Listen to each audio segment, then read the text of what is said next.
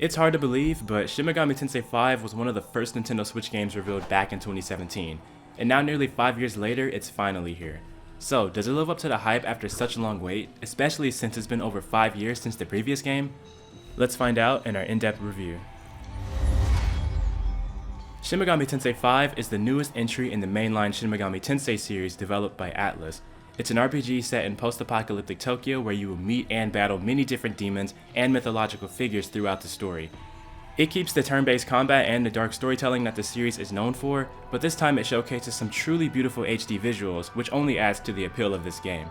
Shin Megami Tensei V, like previous games in the series, deals with the conflict between the forces of law, chaos, and neutral. Law usually is on the side of order and is associated with God, and chaos is usually on the side of freedom and is associated with Lucifer, with neutral focusing on mankind itself without the need for higher powers.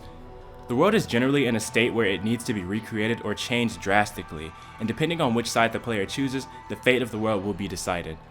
As the story unfolds, this will lead to conflict among the main group of characters as they take different sides. These games can get surprisingly philosophical, forcing you to make some thought-provoking choices which will affect the ending you get.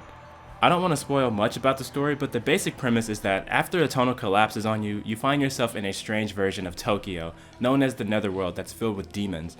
And just as you're about to get ambushed, a man approaches and instructs you to take his hand if you want to live.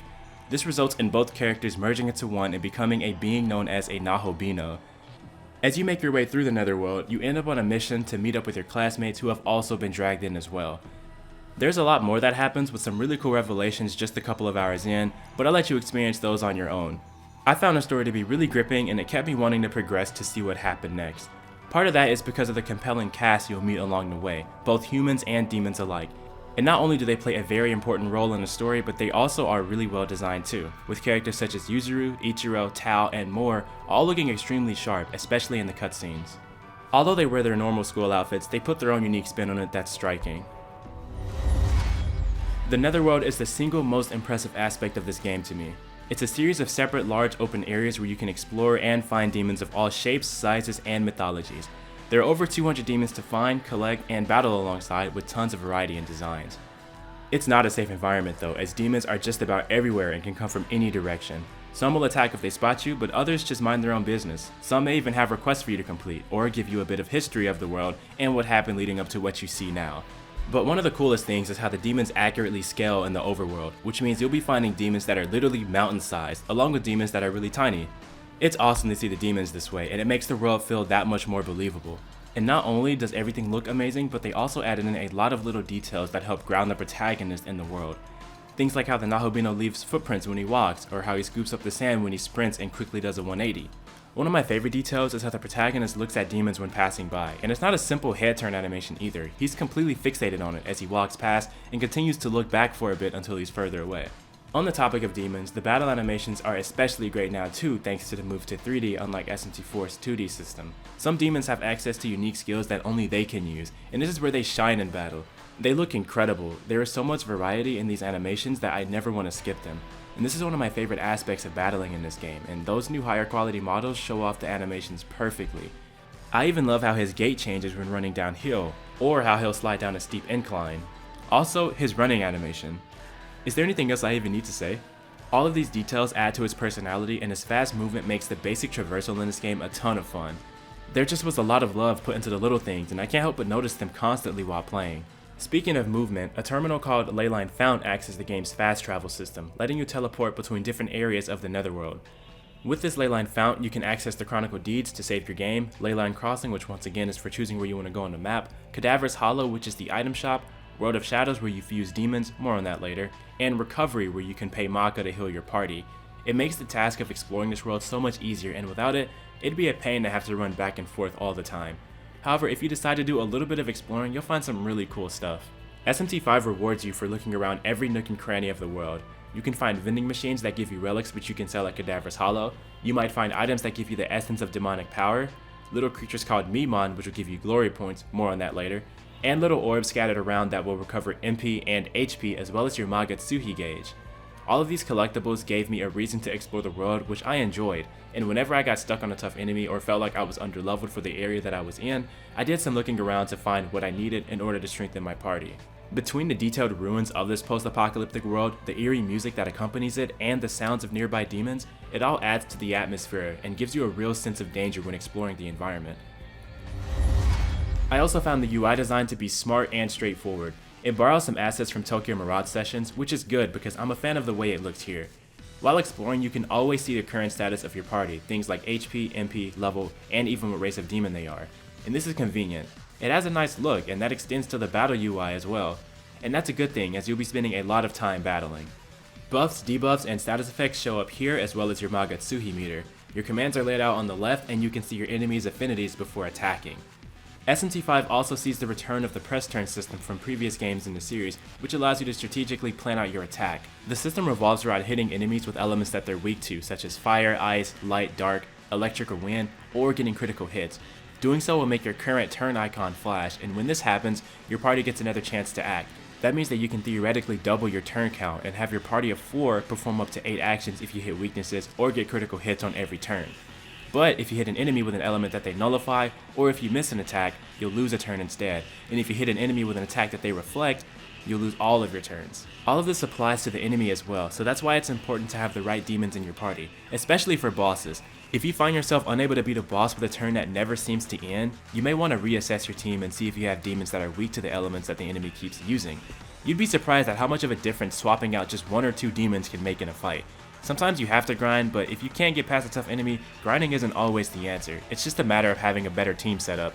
The battle system also has a new mechanic, being the Magatsuhi gauge that I mentioned earlier, which is a meter that fills up over time, and once it's full, you can unleash your Magatsuhi skill, which will give you an advantage in battle depending on which skill is being used. One of the skills has all of your physical and magical attacks become guaranteed critical hits for the duration of your turn, and another makes negotiations a bit easier, allowing you to mess up more without the demon leaving or attacking you. I like this mechanic because it can really save you in battle if you need some press turns in order to heal or switch out a party member. Negotiations, which are your main way of building up your party, are just as unpredictable as I remember them being. The developers obviously had a ton of fun writing out the scenarios that can happen during negotiations. There are some hilarious things you'll see, like asking a demon to marry you or challenging them to a physical activity. Getting the demon to join your team is great, but strengthening them and having them learn new skills is even better. That being said, eventually they will stop learning new skills, and that's when it becomes useful to fuse them to create a new demon. And that demon will be able to learn even more skills in addition to inheriting the ones from the previous demons. Oh, and speaking of demon fusion... Welcome to the world of shadows, where demons gather.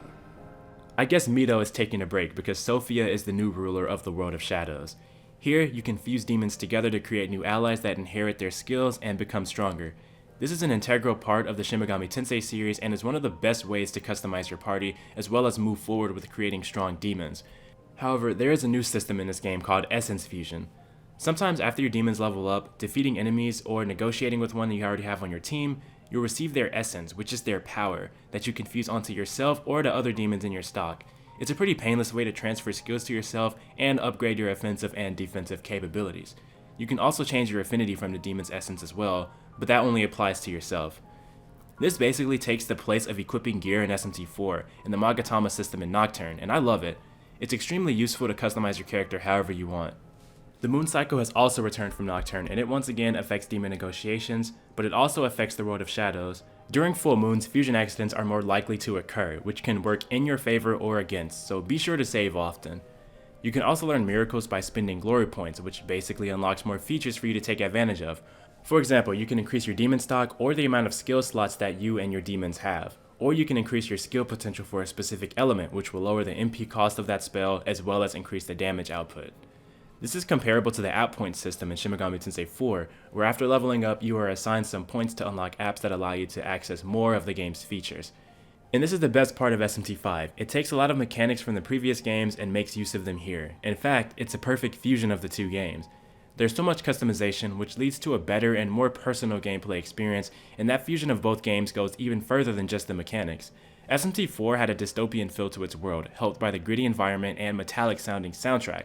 And while SMT5 has an overall different feel, some of that SMT4 influence can be felt in some of the environments you explore, in addition to Nocturne's overall influence on the game. Moving on to the soundtrack, I mean, what else can I say that hasn't already been said about the music in this series? Every song that has been playing in this review is from SMT5, and thanks to the composer Ryota Kazuka, we have yet another possible masterpiece of a soundtrack.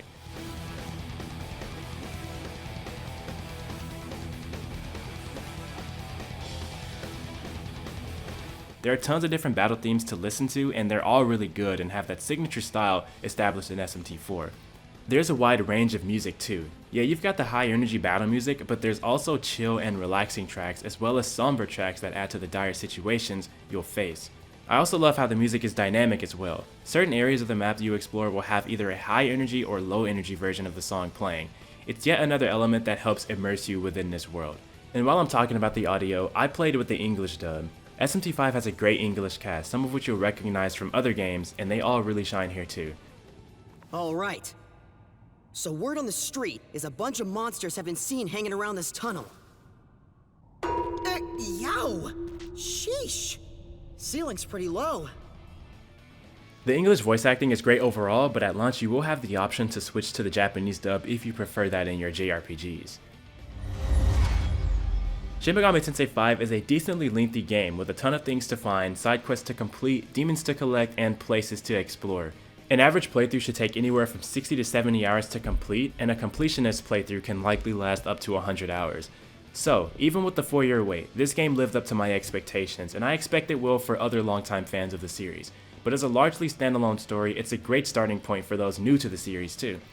Persona fans will likely enjoy the similar battle system and recognizable demon designs, Pokemon fans will be drawn to the collecting and recruiting demon aspect for use in battle, and even just general JRPG fans should find the press turn battle system to be really fun and unique, offering a lot of depth and strategy, making it a nice change from your typical turn-based RPG. Overall, I had a great time with Shin Megami Tensei V. The gameplay itself is really compelling thanks to how much freedom you have to explore the world as well as the battle system, which is just as fun as it has always been. Turn-based combat is my favorite in RPGs, and Shin Megami Tensei once again proves that the old school style combat can be fun and engaging by slightly deviating from the typical formula and adding another layer of strategy. The philosophical elements of the story were awesome as expected, but the story does have some moments that might catch you off guard. I didn't expect to feel the way I felt throughout the story, and overall it kept me interested the whole way through. The amount of content available, as well as the fact that there is more to look forward to at launch, means that this game has earned its spot in becoming my personal game of the year. I love Shin Megami Tensei V, and I can't wait to see how this game shapes the future of the series. If you've been looking into getting into these games and are interested in what you saw here, well, now is the perfect time to jump into the series and discover why we love these games so much. And with that, I'd like to thank you all so much for watching. Make sure you subscribe to GameXplain and ring the bell for a lot more on Shin Megami Tensei V and other things gaming too.